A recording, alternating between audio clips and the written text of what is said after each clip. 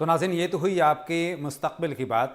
आइए बढ़ते हैं अपने अगले सेगमेंट की तरफ, यानी कामयाब हिंदुस्तान की जानिब, जिसमें हम आपको रूबरू कराते हैं एक कामयाब शख्सियत से। और हमारी आज की शख्सियत हैं जाने माने मुसन्निफ़ प्रोफेसर जितेंद्र श्रीवास्तव जी। आइए जानते हैं उनके कामयाब सफ़र के बारे में।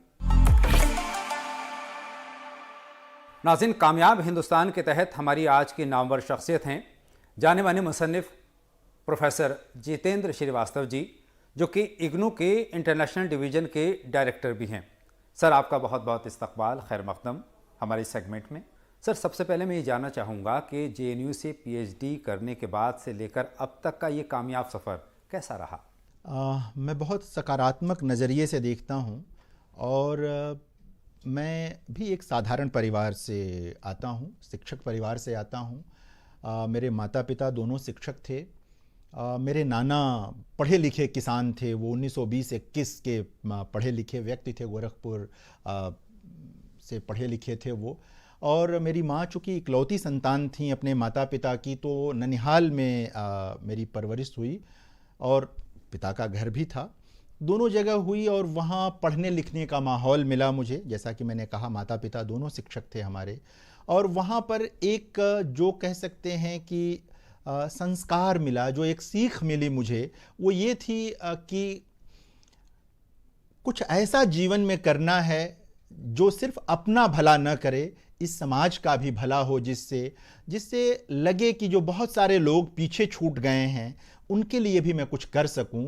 और मुझे इस बात की प्रसन्नता है कि इस यात्रा में मुझे व्यक्तिगत सफलताएं तो मिली ही, गांव से लेकर गोरखपुर, गोरखपुर से लेकर जवाहरलाल नेहरू यूनिवर्सिटी, और फिर जवाहरलाल नेहरू यूनिवर्सिटी से लेकर उत्तर प्रदेश के तत्कालीन पहाड़ों में जो अब उत्तराखंड बन गया, उसके बाद अवध यूनिवर्सिटी में, फिर इंदिरा गांधी राष्ट्रीय मुक्त विश्वविद्यालय में, और देश के तमाम विश्वविद्यालयों की तमाम समितियों में और तमाम पदों पर रहते हुए ये व्यक्तिगत सफलता रही। लेकिन संतोष इस बात का है कि मैं जो लिख पाया, पढ़ पाया, वो इस मुल्क के वंचित समुदाय के लिए लिख पढ़ पाया। लगातार मेरी निगाह में वे लोग रहे जिनको मैंने अपने गांव में किसान के रूप में देखा, मजदूर के रूप में देखा, उन स्त्रियों को देखा, लड़कियों को जो पढ़ नहीं पा रही थीं, मैं कभी उनको भूल नहीं पाया। और आज जब मैं कुछ भी उनके लिए कर पाता हूं, ऐसे लोगों के लिए, तो मुझे लगता है कि यह मेरा जो सफ़र है वो एक कामयाब सफ़र है। मेरे पिता अगर आज जीवित होते, नाना जीवित होते, या माँ जीवित होती, या नानी जीवित होती, तो निश्चित तौर पर वे लोग प्रसन्न होते कि उनका बच्चा सिर्फ अपने लिए पायदान नहीं चढ़ता रहा, उसने अपने समाज के लिए भी ज़रूर सोचा है कुछ। सर, बहुत सारे अवार्ड से आपको नवाजा जा चुका है। जहाँ तक तहरीर का सवाल है, कितना अहम मानते हैं आप इन अवार्ड्स को? देखिए, इसको दो तरह से मैं देखता हूँ। ये निश्चित तौर पर सही है और इसको स्वीकार करना चाहिए कि जब भी कोई अवार्ड मिलता है मन को अच्छा लगता है।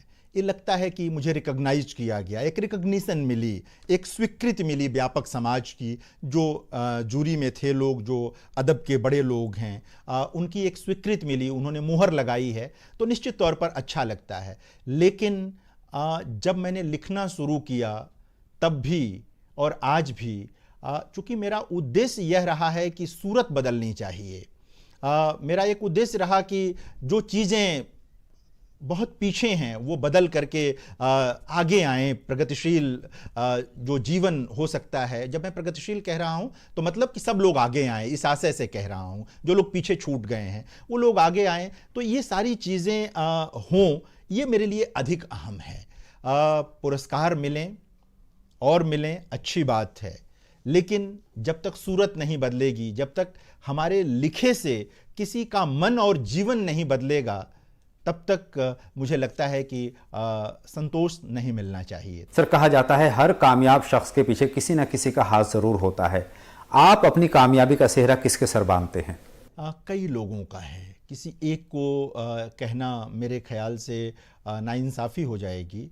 सबसे पहले तो मैं अपने नाना नानी और माता पिता को याद करता हूँ, जो मेरे आरंभिक शिक्षक भी रहे, जिन्होंने मुझ में मनुष्यता का संस्कार, इंसानियत का जो संस्कार है वो दिया।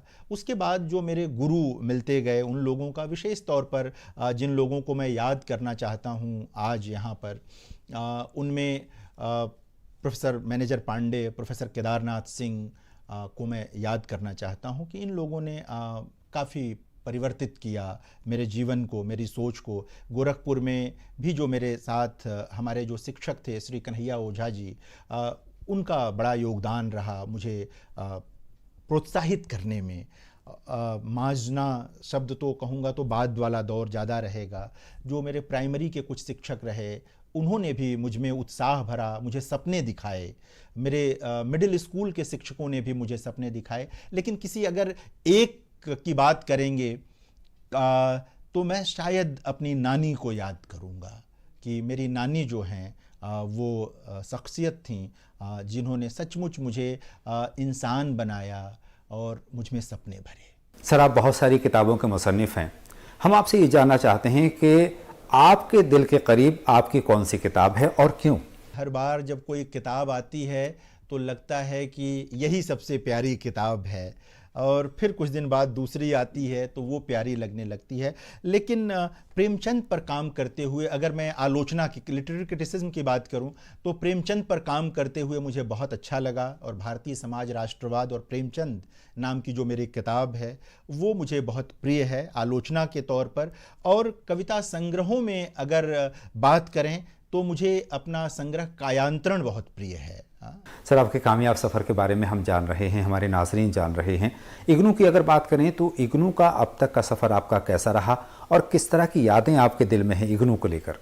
कह सकते हैं कि आज मैं जो कुछ भी हूँ उसका बड़ा प्रतिशत तो इग्नू ने ही दिया है मुझे। उसका एक बड़ा हिस्सा तो इग्नू ने ही तैयार किया है।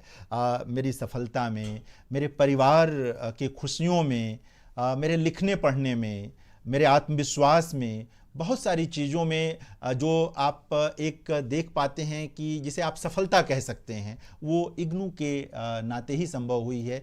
यह वह जगह है जहाँ मैं चैन से रहकर लिख पाया, जहाँ चैन से रहकर मैं पढ़ पाया, जहाँ चैन से रहकर मैं नौकरी करता हूँ और इस मुल्क की सेवा कर पाता हूँ। नौजवान आजकल बहुत लेखन का काम कर रहे हैं, तहरीर कर रहे हैं, मुसन्निफ़ हैं, नई नई किताबें लिख रहे हैं। लेकिन अगर उनके लिए आपसे पैगाम की बात करें तो किस तरह का पैगाम आप देना चाहेंगे नए लिखने वालों के लिए? मैं बराबर एक ही बात सभी मित्रों से कहता हूँ कि अध्यवसाय, स्टडी, लगातार पढ़ते रहना, परिश्रम करना और इसके बाद धैर्य, ये 3 चीज़ें अपने पास रखें। एक लिखने वाले के पास अगर धैर्य नहीं है और परिश्रम का मादा नहीं है तो यात्रा लंबी नहीं होती है। हम लोग जिस दुनिया में हैं, ये क्रिकेट की दुनिया नहीं है कि आज 1 सेंचुरी लग गई तो स्टार हो गए। हमारे वहाँ बहुत वक्त लगता है स्वीकृति मिलने में। लोग बहुत बहुत आपको थाहते हैं, नापते हैं, फिर कहीं जा कर के स्वीकृति देते हैं। तो नए लिखने वालों को ये कि अपना आत्मविश्वास बनाकर रखें, अपने कंटेम्प्रेरी लोगों को पढ़ें, अपने पूर्वजों को भी पढ़ें, यानी कि आप परंपरा को भी जानें और जो नया लिखा जा रहा है उसको भी जानें। फिर आप ये समझ पाएंगे कि आप जो लिख रहे हैं वह किसी काम का है भी कि नहीं है। ऐसा तो नहीं कि आप जो लिख रहे हैं वो आपसे 25 साल पहले कोई बढ़िया से लिख गया है, 40 साल पहले कोई बढ़िया से लिख गया, या आप ही का एक कोई कंटेम्प्रेरी 2 साल पहले लिख चुका है। तो जब आप पढ़ेंगे तभी जानेंगे। तो अपने कंटेम्प्रेरी लोगों को पढ़िए, अपने पूर्वजों को, अपने जो पिछली पीढ़ी के लोग हैं उनको पढ़िए, ट्रेडिशन को जानिए और लगातार अपने को मांझते रहिए। और जिस एक चीज़ से बच सकते हो तो ज़रूर बचिए, आत्ममुग्धता से बचिए कि मैं ही महान हूँ, मैंने जो लिख दिया यह अनपैरेलल है, इसकी बराबरी कोई नहीं कर सकता। इस भाव से हर लिखने पढ़ने वाले को बचना चाहिए, क्योंकि यह न तो बेहतर मनुष्य बनने देता है भाव और न अच्छा रचनाकार बनने देता है।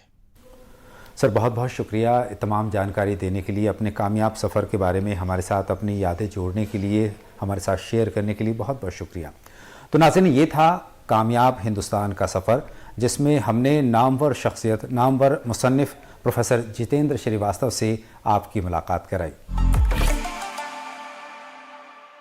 नाज़रीन, उम्मीद है रोज़गार से कामयाबी तक का आज का शुमारा आपको पसंद आया होगा।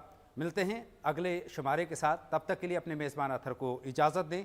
खुदा हाफिज़।